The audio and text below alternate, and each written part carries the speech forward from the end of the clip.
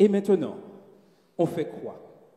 Après avoir entendu tant de choses, après avoir chanté ce chant, viens à lui. Et maintenant, on fait quoi? Sommes-nous transformés par la vérité? Le Seigneur nous dit en ce soir, oui, mon enfant, sois transformé par la vérité et vas-y, n'hésite pas. Dans un monde en crise, un message urgent doit être proclamé par tous les adventistes du 7e jour. Chacun d'entre nous, qui sommes les bien-aimés du Christ, nous vivons une époque décisive. Jamais dans l'histoire du monde, les signes du retour imminent de Jésus-Christ n'ont été aussi visibles et personne ne peut le contester. Les guerres, les catastrophes naturelles, la montée de l'iniquité et la confusion spirituelle témoignent de l'accomplissement des prophéties bibliques. Et même nous, sur notre île, la Martinique, nous voyons les effets de tout ceci. Les peuples sont désorientés, cherchant désespérément un espoir, une lumière dans l'obscurité. Et nous, adventistes du 7e jour, que faisons-nous avec la vérité? Que faisons-nous avec la vérité que nous avons reçue? Dieu nous a appelés à une mission particulière. Annoncer au monde le dernier message d'avertissement et d'espérance. Mais ce message ne peut pas être confiné à nos églises. Il doit être proclamé partout. Ce message ne peut pas être enfermé entre quatre murs. Il doit être divulgué, diffusé partout en Martinique. Il doit être proclamé jusqu'aux extrémités de la terre. Ésaïe 41, verset 10 nous dit « N'aie pas peur, car je suis avec toi. Ne sois pas inquiet, car je suis quoi? Ton Dieu. Je te fortifierai, je t'aiderai, je te soutiendrai de ma main droite triomphante. » Avons-nous cette assurance? On a l'impression des fois que nous lisons des textes dans la Bible, mais que nous n'arrivons pas, je dirais, à passer à la phase pratique. Nous parlons beaucoup, oui Seigneur, tu es là. Le Seigneur nous dit de ne pas être inquiet. Nous disons oui Seigneur, mais lorsqu'une petite difficulté arrive, nous commençons à nous inquiéter. Nous commençons à douter. Des fois, certaines personnes doutent même, est-ce que l'église adventiste du 7e jour est l'église du reste? Est-ce que l'église adventiste du 7e jour va accomplir cette mission? Lorsqu'ils voient tant de problèmes, tant de difficultés dans la gestion des choses. Mais sachons une chose, que Dieu est au contrôle de son église. Et quoi qu'il arrive, le message sera proclamé. Quoi qu'il arrive, la mission de l'église adventiste du 7e jour s'accomplira. Maintenant, la décision est dans quel camp je serai. Dans Jean 4, verset 35, nous est dit de lever les yeux et de regarder les champs qui déjà blanchissent pour la moisson. L'heure est grave. L'heure est décisive. Nous ne pouvons plus nous taire. Nous ne pouvons plus nous taire. Nous avons été transformés par la vérité et il faut que cette transformation soit visible aux yeux du monde. Et cette transformation exige de chacun d'entre nous une réponse. Je ne peux pas dire que je suis transformé et qu'il n'y ait pas une réponse. Et cette réponse est, allons-nous répondre à l'appel de Dieu? Allons-nous dire, Seigneur, me voici, envoie-moi? Le Seigneur nous interpelle. Si on peut revenir à l'autre diapo avant, s'il te plaît. Et il nous demande que nous puissions chaque jour passer du temps en prière. Que nous puissions lire ses promesses chaque jour. Que nous évitions que nous soyons submergés par des nouvelles négatives. L'ennemi de nos âmes, c'est ce qu'il cherche à tout prix à pouvoir nous déstabiliser. Il nous demande d'avoir confiance dans son plan. Le Seigneur sait ce qu'il y a de meilleur pour chacun d'entre nous, afin que nous puissions faire face, je dirais, aux difficultés, mais pas tout seul, car il sera toujours avec nous. Nous allons prendre un moment et nous allons prier de manière individuelle, afin que ces 5 points, que nous puissions faire ces 5 points dans nos vies, afin que nous soyons actifs dans la mission. Prions. Rappelons-nous, lorsque nous avons reçu le message, rappelons-nous comment nous étions, où nous étions, dans quelle situation nous nous trouvions. Lorsque nous avons reçu cette vérité, au fond de nous, nos entrailles bouillaient. Nous étions zélés pour la cause. Cette transformation se réalisait en nous. Nos cœurs ont été touchés, nos esprits éclairés, et nous avons compris que nous ne pouvons plus vivre comme avant. Nous sommes entrés dans, je dirais, la sanctification, cette transformation de ceux qui ont compris l'appel de Dieu. La vérité de l'Évangile n'est pas simplement une connaissance intellectuelle. Ce n'est pas connaître qu'il y a 66 livres dans la Bible, que le psaume 119 c'est le plus long. Il y a beaucoup plus. Cette vérité bouleverse toute l'être de celui qui accepte ce message. Rappelez-vous comment vous avez été bouleversés. Rappelez-vous ce que la parole de Dieu a fait en vous quand vous l'avez accepté.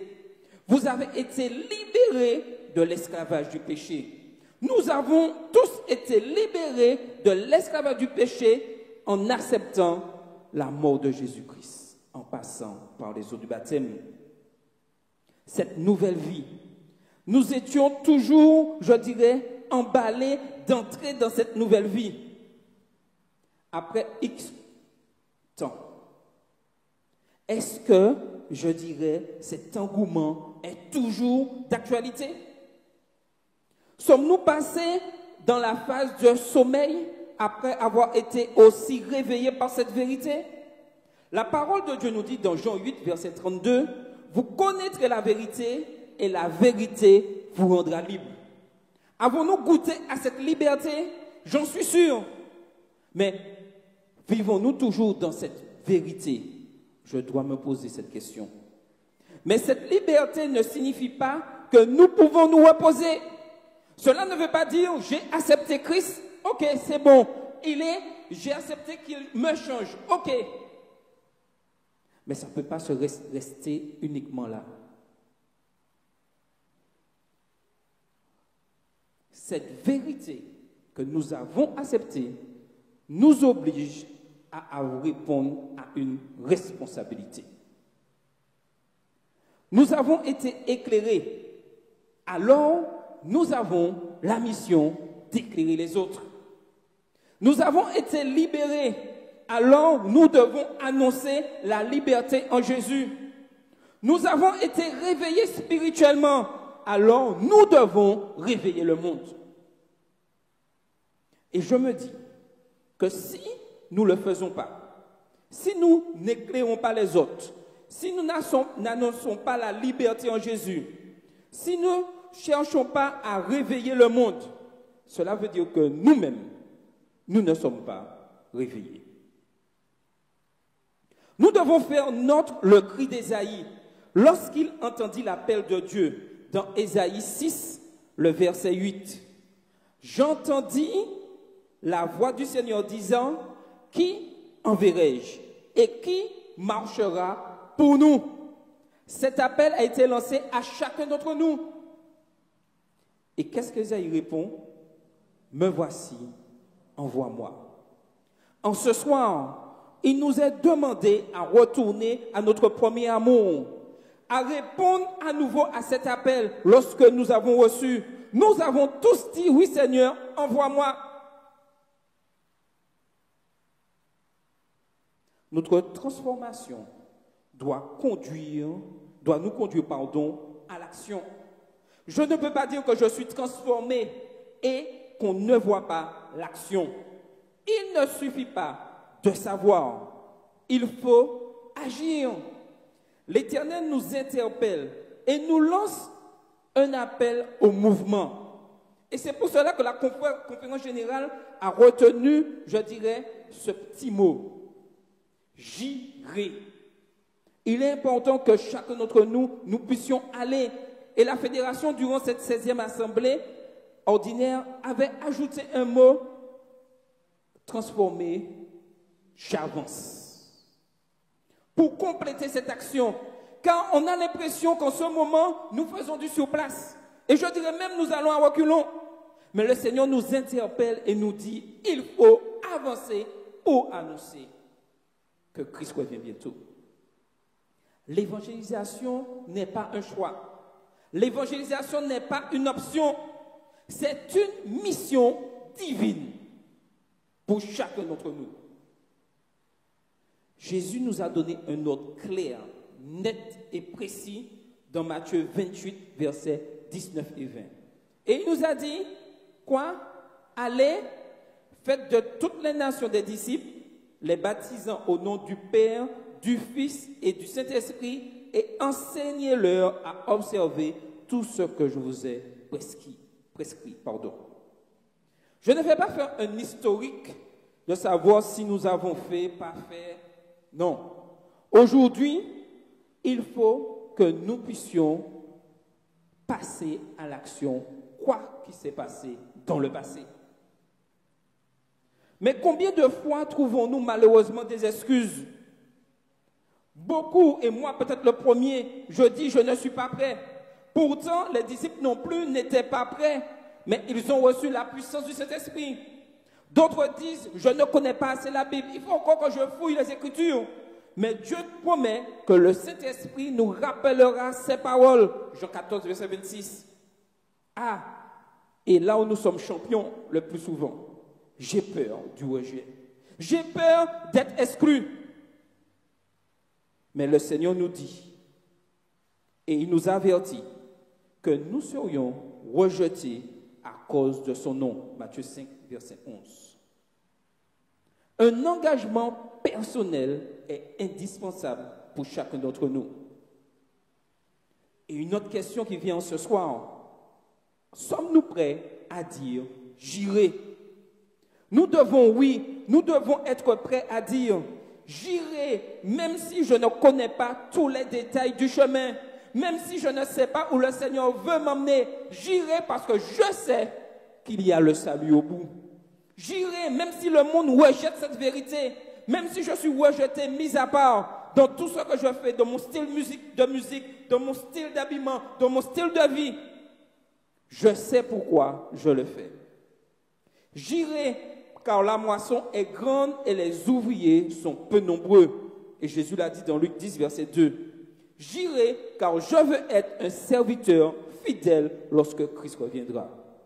Moi, je souhaite être un serviteur fidèle. Et mon souhait, c'est que chacun d'entre nous, ensemble, nous soyons fidèles dans la mission. Nous ne pouvons plus rester passifs. Dieu cherche des hommes et des femmes qui se lèvent pour proclamer la vérité. En ce soir, voulons-nous répondre à cet appel? Nous allons encore prier, toujours individuellement, car là, c'est un choix individuel, afin de demander au Seigneur d'être prêt. Oui, oui Seigneur, je veux proclamer la vérité. Mettons-nous à genoux. La mission que nous avons acceptée, la mission est urgente.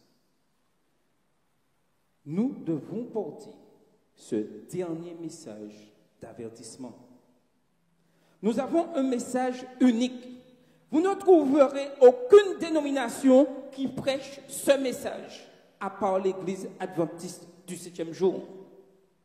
Nous avons accepté d'entrer, je dirais, dans, cette direction, d'accepter ce message des 3 anges d'Apocalypse 14 Et il nous a dit au verset 6 d'Apocalypse 14, « Puis je vis un autre ange qui volait au milieu du ciel, ayant un évangile éternel pour l'annoncer aux habitants de la terre. » Ce message des trois anges, appelle le monde à adorer le vrai Dieu et à observer ses commandements. Nous connaissons ses commandements. À reconnaître le sabbat comme signe de fidélité à Dieu. Sortir de Babylone et rejeter les fausses doctrines. Se préparer pour le retour imminent de Jésus. Voilà ce message d'avertissement. Voilà ce message que nous avons accepté et que nous devons diffuser au monde entier. Ce message n'est pas une option. Lorsque j'accepte d'être membre de l'Église adventiste du 7e jour, lorsque j'accepte que Christ remplisse tout mon être, je rentre dans la mission. C'est une mission urgente. Quel que soit notre âge, quelle que soit notre condition sociale, nous avons accepté d'entrer dans cette mission. Le Christ nous fait une faveur de pouvoir participer à ce message. Et je dirais que c'est un grand honneur pour tous ceux qui l'ont accepté. Mais il y a une responsabilité. Le message doit être proclamé. Une promesse est faite à tous ceux qui acceptent l'appel. Aller annoncer l'évangile peut sembler des fois, et même en réalité, c'est vrai, il faut le reconnaître, effrayant. Nous sommes rejetés, nous ne sommes pas écoutés. C'est vrai que ce n'est pas facile d'émettre un tel discours et de recevoir, je dirais, rien en retour. On espère vraiment partager ce message et que des âmes soient touchées. Des efforts d'évangélisation sont faits, on répand l'évangile et des fois on a l'impression que le Seigneur ne répond pas. Mais n'oublions pas que Dieu est au contrôle de tout et il nous a donné cette mission. Notre mission n'est pas de chercher un nombre, je dirais, important de personnes qui entrent, je dirais, dans l'église adventiste du 7e jour. Notre mission est de proclamer l'évangile et nous avons cette certitude que le Saint-Esprit fera ce qu'il y a à faire. Jésus dit dans Matthieu 28, verset 20, « Et voici, je suis avec vous tous les jours jusqu'à la fin du monde. » Dieu ne nous a pas laissés seuls dans la mission. Il nous équipe pour la mission. Il nous donne son Esprit Saint pour nous guider. Nous ne sommes pas seuls. Il nous donne sa parole, la Bible, pour nous fortifier. Et il nous donne surtout une église pour nous soutenir. Et nous avons un ennemi qui sait cela et qui fait tout pour, je dirais, détruire ce que Dieu a prévu. Il met le doute dans l'esprit de beaucoup, le Saint-Esprit. Mais non, troisième, c'est pas possible. Il nous fait croire que la parole de Dieu n'est pas, je dirais, d'actualité. Elle est hors sujet, has-been, comme certains jeunes disent. Il nous fait nous faire croire que dans l'église, ce n'est pas la peine de venir dans l'église. Toi-même, tu es une église, tu peux réussir. Mais ces trois éléments, c'est Dieu qui l'a mis en place. Et ce que Dieu a mis en place est toujours d'actualité au XXIe siècle. L'Esprit de Dieu est là et nous le voyons. Et nous l'avons vu dans cette assemblée où certains mettaient en doute que l'Esprit de Dieu était là. Mais l'Esprit a agi. Nous le voyons dans la parole de Dieu. Des hommes et des femmes aujourd'hui réclament de plus en plus à entendre la parole de Dieu. Et il nous donne une église. Et même si certains croient que l'église se vide, sachez bien que Dieu est au contrôle et que Dieu sait ce qu'il fait et il agira. Nous ne devons pas compter sur nos propres forces, mais nous devons compter sur la puissance du Saint-Esprit. Dans Zacharie 4, verset 6, nous lisons ceci. Ce n'est ni par la puissance, ni par la force, mais c'est par mon esprit, dit l'Éternel des armées. Ce n'est pas par toutes nos stratégies, nos plans que nous allons réussir la mission. C'est vrai, il faut mettre des stratégies en place, il faut mettre des plans en place, il faut placer des hommes à la tête de l'institution pour faire fonctionner, entre guillemets, la machine. Mais c'est le Saint-Esprit seul, la puissance de Dieu, qui donne la force pour pouvoir réussir la mission. Aucun homme de lui seul ne peut réussir la mission. Aucun homme ne peut s'enorgueillir ou dire « c'est grâce à moi que la mission est là ». Nous sommes tous des serviteurs. Et c'est Dieu seulement qui met les choses en place. Et quand il y a réussite, quand nous voyons que le Saint-Esprit a agi, nous devons remercier Dieu. Parce que c'est Dieu qui a permis que des hommes et des femmes se laissent influencer par le Saint-Esprit. Aujourd'hui, que tous ceux qui doutaient de la force du Saint-Esprit, ils l'ont vu, ils l'ont entendu, il agit. Et je dis, et j'utilise le présent. Le Saint-Esprit agit. Le Saint-Esprit est toujours là. Le problème, c'est nous le récepteur. Est-ce que nous sommes prêts à nous laisser guider par le Saint-Esprit? Prions 2 à 2 pour demander, je dirais, la puissance du Saint-Esprit, afin qu'il puisse toujours continuer à nous influencer dans tout ce que nous faisons, dans toutes nos paroles, dans nos actions, afin que nous puissions être pleinement, je dirais, ébranlés par l'évangile de Dieu. Prions 2 à 2. Comment répondre à l'appel? Cet appel est lancé à tous les hommes et femmes de la terre, sans exception. Chacun répondra à l'appel selon la volonté de son cœur. Car Dieu a créé chacun de nous libre. C'est magnifique. Mais cette liberté, je dirais, oblige une certaine responsabilité. Personne ne pourra dire « je ne savais pas ». Personne ne pourra dire que c'est à cause d'une autre personne que je n'ai pas pu accepter l'évangile. Personne ne pourra dire que c'est l'ennemi qui m'a empêché. Nous sommes libres. Nous sommes libres. Le Seigneur souhaite que nous fassions le bon choix. Et il nous demande de répondre à cet appel. Voyons rapidement 5 points qui nous permettront de répondre à cet appel. 5 points simples que tout homme et femme du monde entier peut accomplir. Premièrement, prier chaque jour pour recevoir la puissance du Saint-Esprit. Le Seigneur ne fait aucune distinction entre hommes et femmes. Est-ce qu'ils ont déjà accepté ou pas l'évangile? Le message est pour tout le monde. Et il invite tous les hommes à prier chaque jour pour recevoir la puissance du Saint-Esprit. C'est-à-dire se laisser influencer par le Saint-Esprit. Passer du temps à l'étude de la Bible pour être prêt à répondre à ceux qui nous interrogent. Nous avons, je dirais, cette richesse en tant qu'Église adventiste du 7e jour, d'avoir ce questionnaire de l'école du sabbat qui va depuis du berceau jusqu'au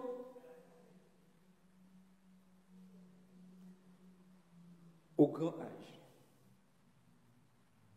Que faisons-nous de ces instruments? Que faisons-nous de ce matériel?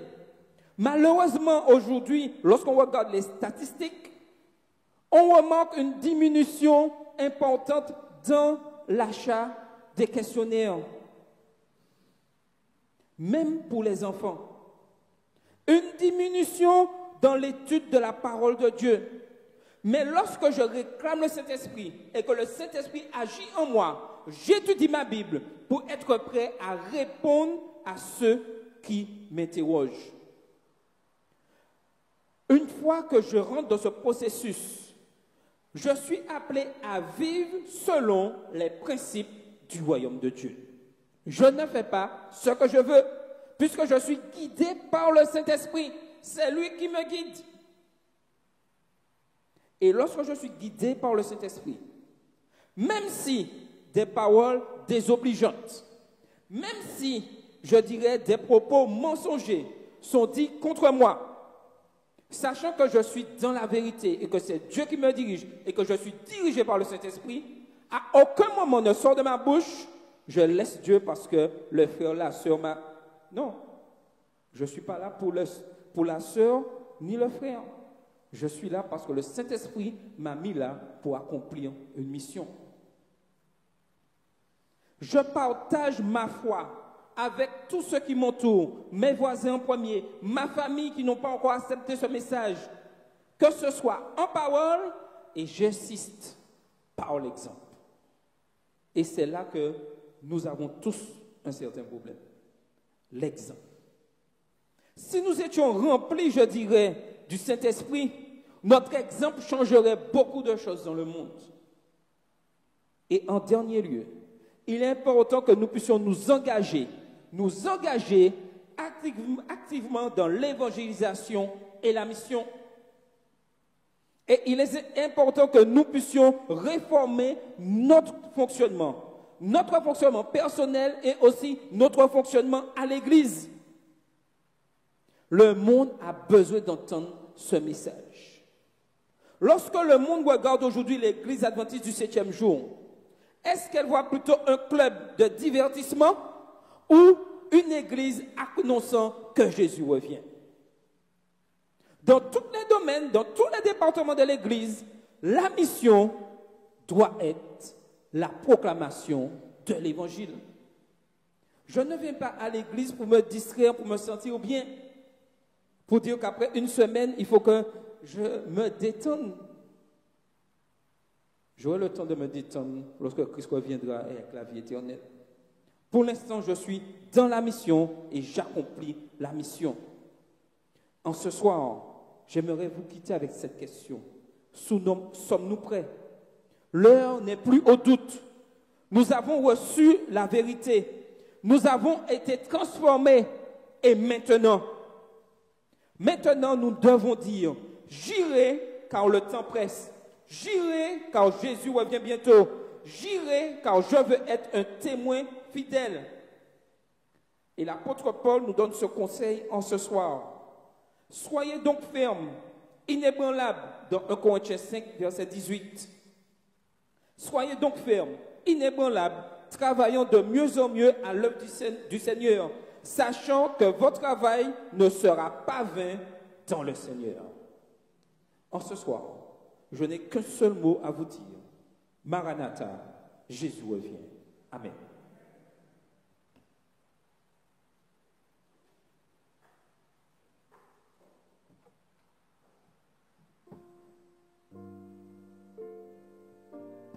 Pour mettre fin à notre réunion de prière, je vous invite à vous tenir debout et nous entonnerons « Transforme-moi, Seigneur. Rends-moi semblable à toi. Change aujourd'hui mon cœur pour te servir toujours. »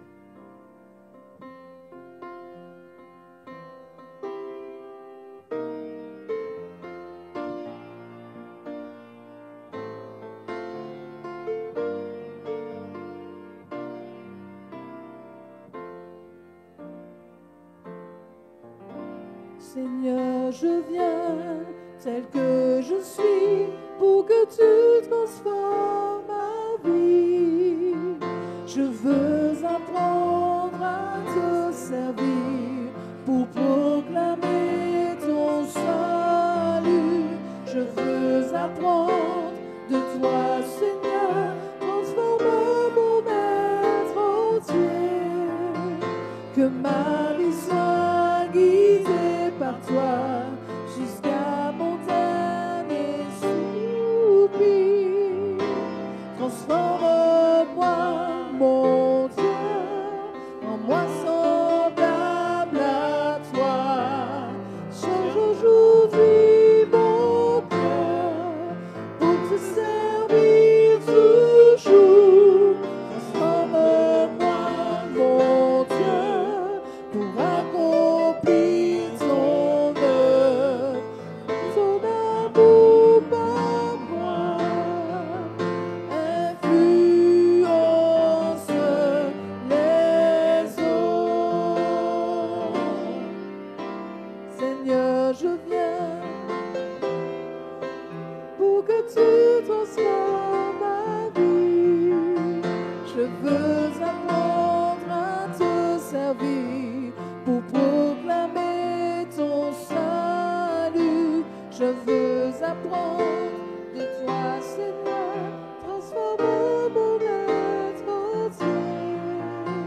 Que ma vie soit guidée par toi jusqu'à mon dernier soupir. Transforme-moi, Seigneur, rends-moi semblable à toi. Change aujourd'hui mon cœur pour te servir toujours. Transforme-moi, mon Dieu, pour accomplir ton œuvre. Que ton amour pour moi influence